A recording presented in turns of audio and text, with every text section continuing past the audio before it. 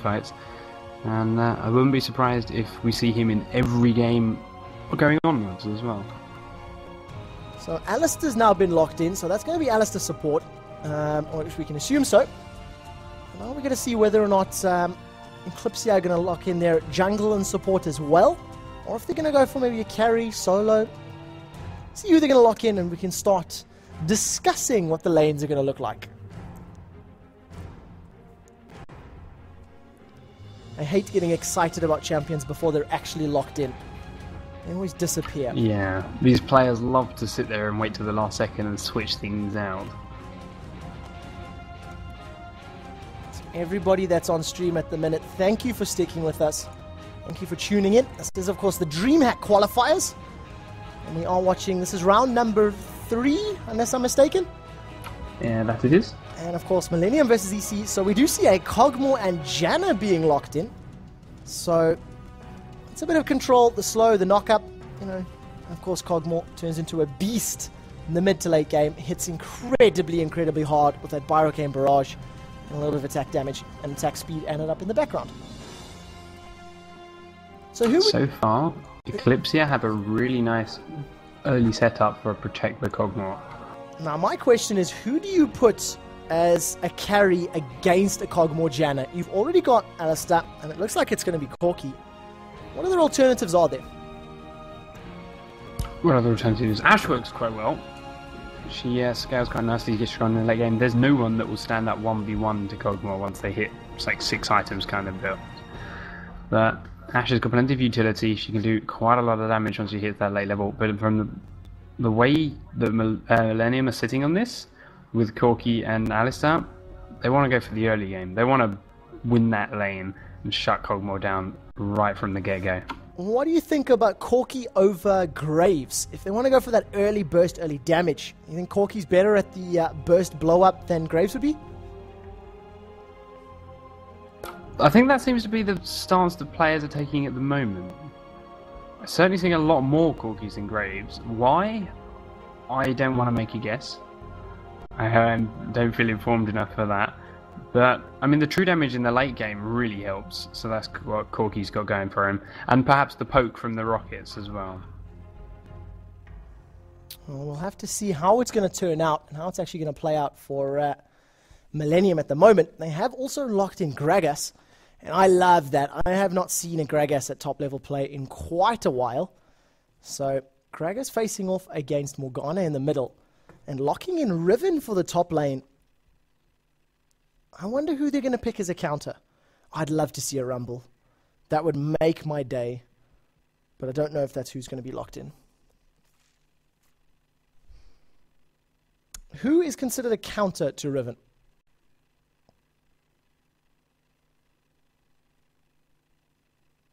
Ooh.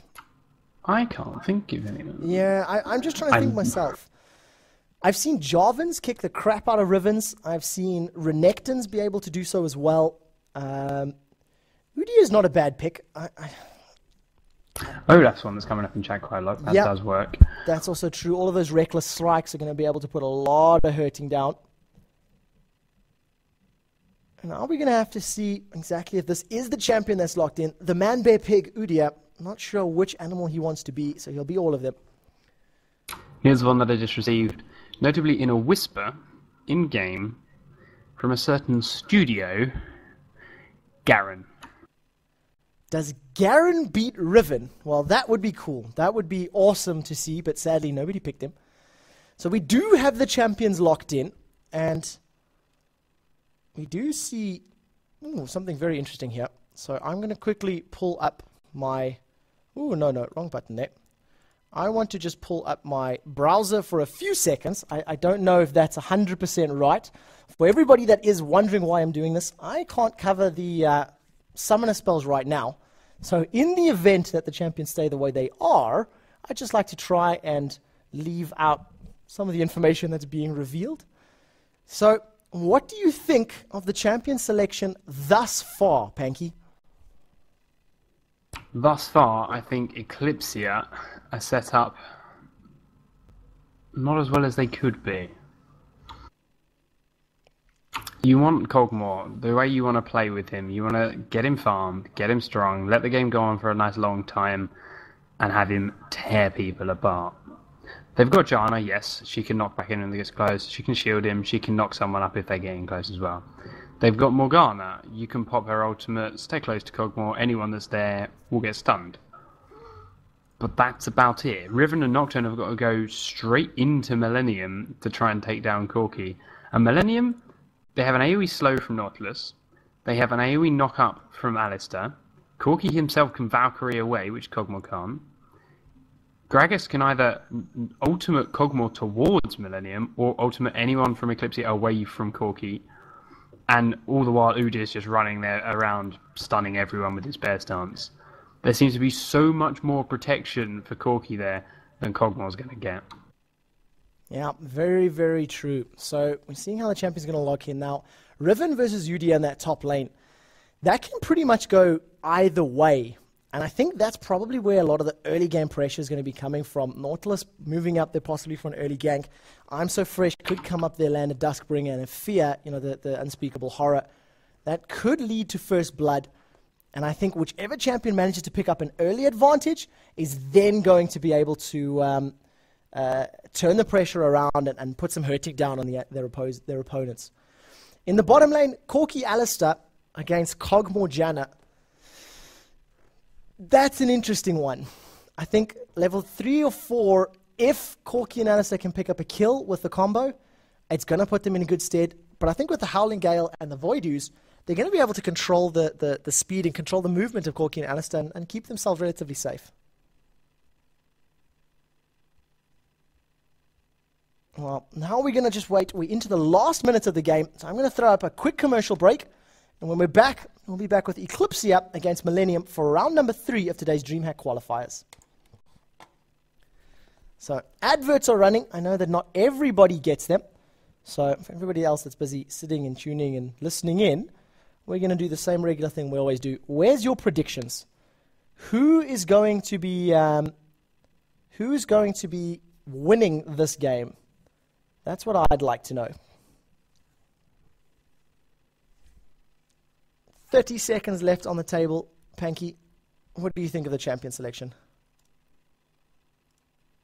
As I mentioned, just all that protection Corki has, I've got to give this to Millenium. Providing they don't drop too far behind in the lane phases, they're going to win the team fights time and time again, unless something goes horribly wrong.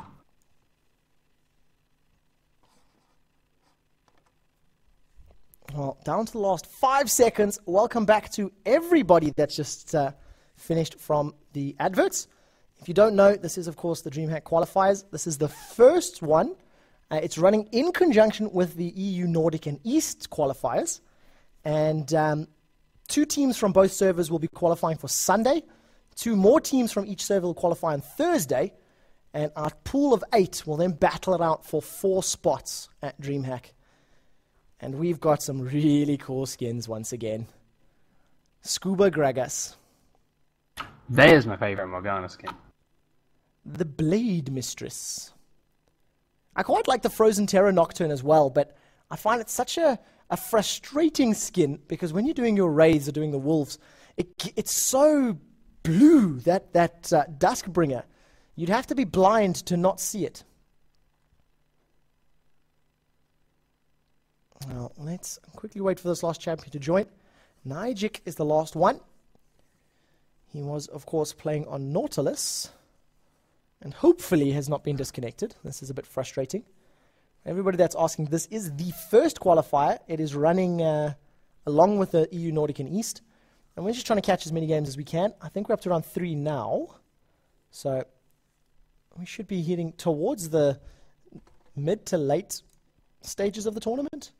How many rounds do we have today? Panky, do you know? I did have the page open. I closed it just before you asked. My bad. My timing sucks. According to the website, we get all the way up to round 5 tonight, and we are currently on round 3. All right, sweet. So we've got at least 2 or 3 more games in us for today. One late connection from Nijik. Once he's actually then loaded up, we should be good to go.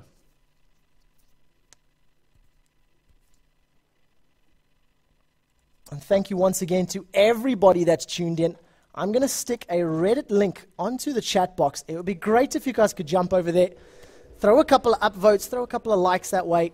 Just let everybody know exactly what's happening. Everyone knows the qualifiers are actually here and taking place. So we are into the game. I'm going to be having a look at the champions. I'd like to see what Riven has done with her runes and masteries. Currently sitting 47 magic resist, plus 21 armor pen, and then 10%. So that's mostly flat MR plus armor pen for the most part, it looks like. Oh, wrong button. And Cogmore, 59 attack, and he looks like he's mostly running attack speed, unless I'm mistaken. What's the base attack speed on Cogmore? I don't know. It's around I'm pretty sure so. Studio will, and I'm expecting a Whisper very soon. Studio, and actually on that subject, we're going through 6 rounds for EU West because we had so many signs up, not 5. Alright, well there we go. So, we're halfway through in this game. And let's see, well, they're going to be a very defensive setup at the moment. No one really wanted to go invade.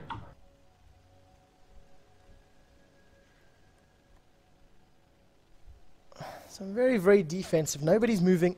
Nobody's even really placing too many aggressive wards like we've seen from the previous games. And I'm so fresh. Starting off with the Wolves as is usual for Nocturne. Nijek on his Nautilus also mirroring that stat. So there goes the Titan's Wrath.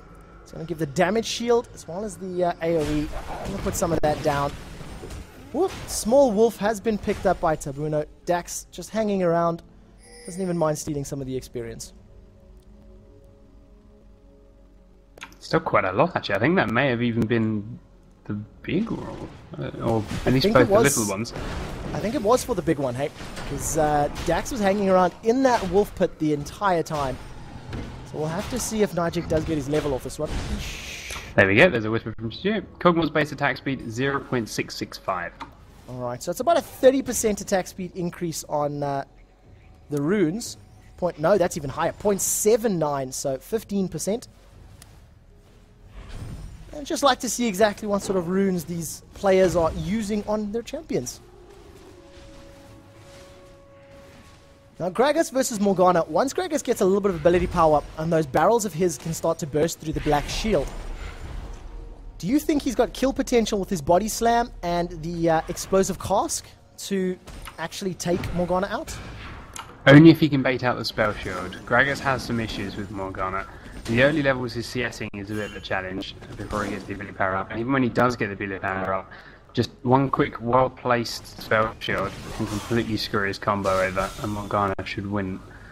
But we'll see how Akagor plays it out.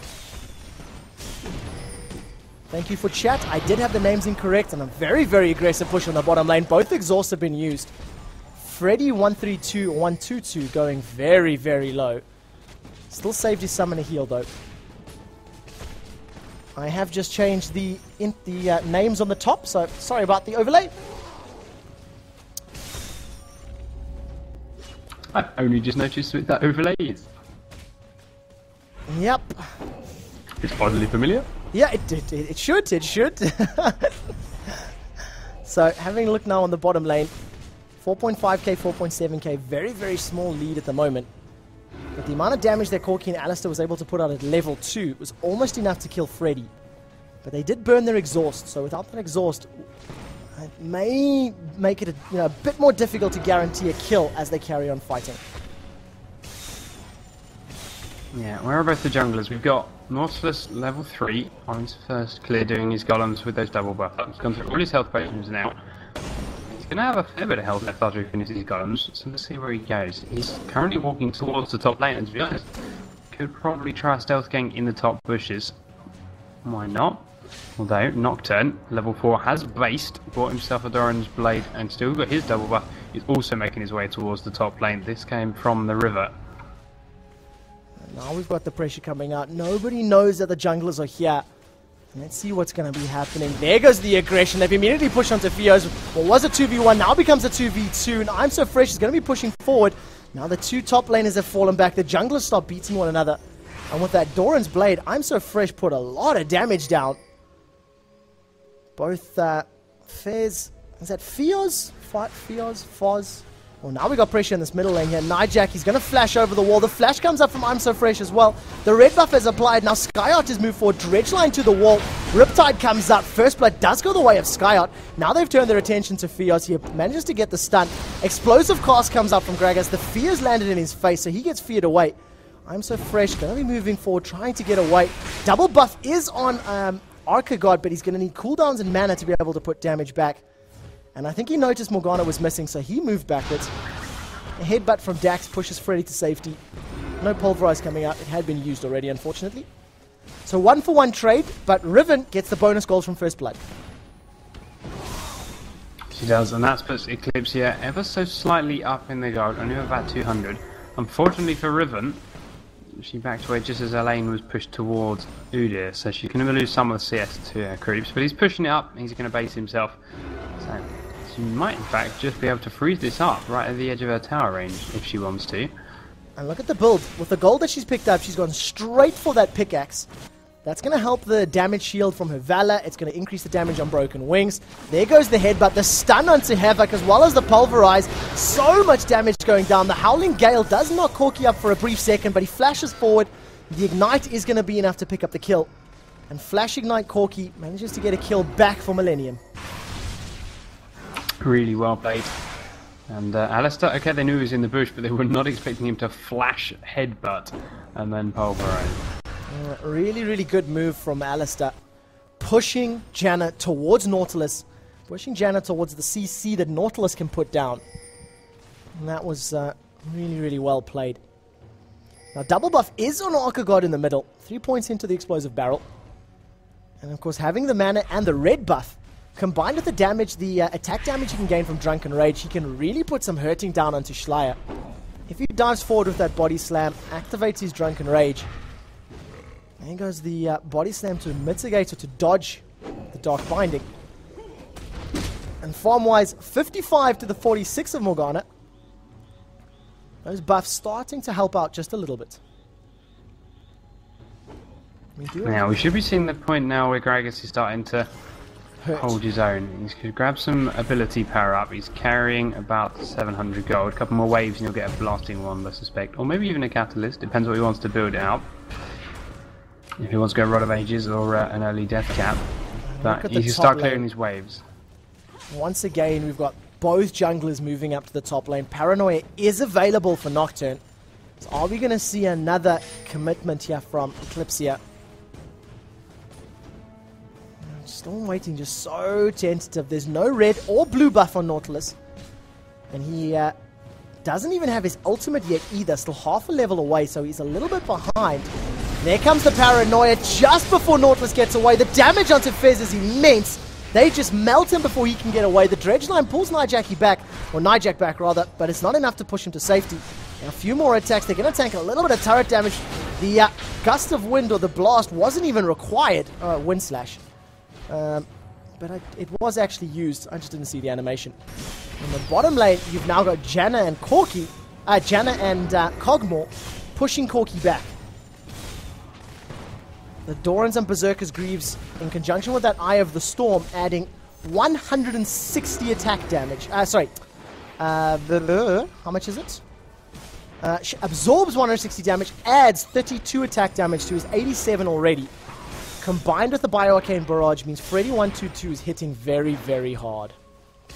Yeah, and with Morgana coming around the backside of the tower, looking to hit even harder as a three-man gank. Binding goes out, does land on MDAX unfortunately, but Schleier gets his ult on everyone. The Ignite ticking down onto Tabuno. He'll flash behind it, make sure the stun lands, pick up the kill. But Freddy 112 will drop to the tower, nicely saved by Dax. Gonna eat the true damage. Schleier's still being snared by Nerjaki. I don't even know how to say the name properly, but they are on the run from Gragas coming from the mid lane. Is there a barrel going to knock him back? Comes out, Havoc gets spell shielded. Brilliant play by Schleier. And both Eclypsia's players make it out alive. What a great spell shield coming out from Morgana, knowing that the barrel was going to knock her forward, and throwing it onto Janna to save Janna's life. That was really, really good. And more pressure on the top line. Skyart with the BF sword and the pickaxe. That looks like it's going towards an Infinity Edge. Now we've got in the middle here I'm So Fresh pushing forward with Nocturne.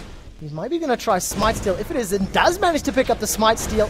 The Spell Shield does get blown, pulled back from the dredge line, flashes forward instead of over the wall. Black Shield comes out. That's going to slow down Nautilus. And a very, very nice Smite Steal from I'm So Fresh. He's going to get away. Was it Smite Steal? No, it wasn't. Sorry, I'm lying to you entirely. Arc of God did actually pick it up with a barrel. I just seen blue buff and assumed. So it looks as though Riven is going for an Infinity Edge first. Looking at the items he's already built. But I think it's Najik. Let's go with Najik. I like that. So Najik currently 3-1 up in kills. He has a 25 creep score lead. And it looks like he's going pure DPS. And that's scary because if Riven continues to get fed and if Riven continues to build damaging items, it's going to be even more difficult to kill that champion. And the amount of damage that Riven can put out in conjunction with the crowd control is very, very difficult to deal with. Ooh. So currently sitting on 230 gold. It's going to need another 1,000 odd gold before she can complete that IE. Has picked up a Vamp Scepter as well. So I like this. I like this aggressive Riven. I like what it means once we start moving forward into the next stages of the game. Millenium are behind on gold, behind on kills, and quite behind on farm as well. There's a ping onto Dragon, in fact, from Eclypsia. I'm So Fresh, he starts it straight away. And there's no vision on it for Millenium. There's a couple more pings coming down. Gragas is planting himself a ward from the mid lane. Havoc and Freddy come to join the bot lane. It is 3v3 at the moment, but Morgana is on her way down, and Riven is already halfway down the river compared to Udyr and Nautilus. And it looks like Eclypsia are going to pick this one up unless we get a barrel from Arc of God. Not quite, a little bit too late. The smite's already gone out. And, well, a relatively free Dragon goes to Eclypsia. Very, very good Spell Shield coming out from Nocturne as well. Just as the barrel's about to land. Spell Shield goes up, blocks the damage, blocks the knockback. A little bit of a wasted ultimate from Arc of God. But it looks as though Riven, with all this DPS and sitting with a Elixir of Fortitude, is really trying to play super aggressive. Theos, he's got the Heart of Gold ticking over, so although he is losing farm, that GP5 is slowly ticking. It's slowly keeping him in the game. Whether or not it's going to convert into the mid or the late game will remain to be seen. Scar landing a lot of damage. Just one combo with that key burst as well as the broken wings takes Theos down to half health and is forced to back off, drink that potion and try replenish some of the hit points he's lost. We do see Theos. Yeah, we do have Nautilus hiding in the top tri-bush. We've already seen Sky getting aggressive onto Theos. If he can bait him in, we might see something come up. But again, Nocturne is in this top lane, waiting to gang down onto Udyr. It seems as though Najik and I'm So Fresh, their ganking timers are on the same rotation. So I'm So Fresh is now sitting in that top bush, but we do have Nautilus coming forward. There goes the Paranoia under the tower. Riptide manages to pick up both. They've turned their attention immediately to Najik. The knockup does land onto Skyer, but he's forced backwards with a flash. And that Wind Slash just completely melts the hit points. There's Slayer actually come away from mid trying to get onto Theos, but Gragas has followed him. Doesn't get that spiritual demo time, takes the damage. Tries to land a good binding, in fact, all the way through the wall onto Arc of God. Stands him in that tormented soil, takes him down to half health. And they take down top tower for the first tower kill of the game and a 4,000 gold lead. And Millenium are looking like they're in trouble. It's a little bit early to be calling it now, but 4k behind at the 15-minute mark. And a Riven that's potentially going to finish an Infinity Edge right now. Look, you know, she has the gold too anyway. Sitting 4-1 and so in control of the lane. 35 creeps ahead. 35 CS ahead, as well as taking the tower down against Udyr, who really needs items. Yes, the longer the game goes, the more powerful Udyr is going to get. But he needs the items. He needs to pick up that Wit's End or Trinity Force or, you know, some defensive items to really be able to stand his own in and amongst these big team fights. Yeah, I was going to say, well, I'd love to see it in Finish Edge on Riven. I don't really think that's going to go through, and she hasn't. It's going to be a Bloodthirster, and either the pickaxe is going to go towards maybe a more of Malmortius, don't know how survivable she wants to be, or just a very quick Last Whisper. I would have loved the IE. That's just made me a very sad panda. So we do have another potential game. Hilarious. It would have been awesome. When you're sitting 4-1 up, why go for it? Go for it. Risk it. Why not? So let's see what's happening at the moment. With that Bloodthirst up, going to be starting to fill up those stacks, starting to gain additional attack damage, and of course additional lifesteal. Skyart's moving forward 4 levels above Nijik, and look at the damage. Wind Slash actually misses though. The red buff tick should be able to pick it up, and it does, so Skyart's going to be able to get away from that. Super unlucky that Wind Slash missed. But red buff just enough to tick over Nijik. And another kill goes the way of Riven. 5-1 on that carry. And pushing forward as well. There goes the stun. Schleier's going to save the Dark Binding. Soul Shackles is out. Tabuno's staying in range of it. He does Valkyrie away at the very last second. Gets out of range of it. So much damage coming out. There's number 1. Triple Dorans, as well as the Sorcerer's Shoes, and almost enough gold for a needlessly large rod. Second turret goes the way of Eclypsia. And wow, what do you think of the game so far, considering we assumed Kog'Maw may not have been able to be protected? Right now, he's not the one they need to be afraid of. 6 kills for Eclypsia, 5 of them on Riven. And I think even the one that Slayer picked up was in that bot lane and got plenty of assists across the entire team. So, a little bit of a wild spread. But Riven really is trying to make these plays, ganking the mid lane in the blue buff and around the dragon, which would be respawning shortly. I'm going to have to see how this converts. The towers are down now, so Millenium are going to be on the back foot.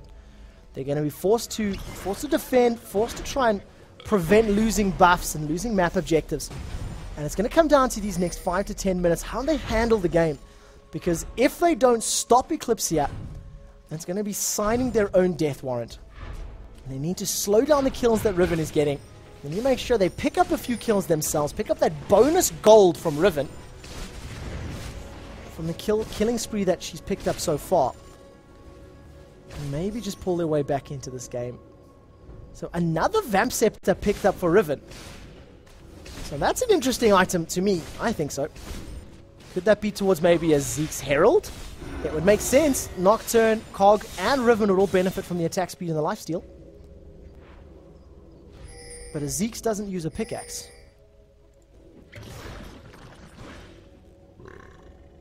We'll have to see what that Vamp Scepter eventually turns into. We once again have another invade coming out from Eclypsia. They're coming up behind Archegod.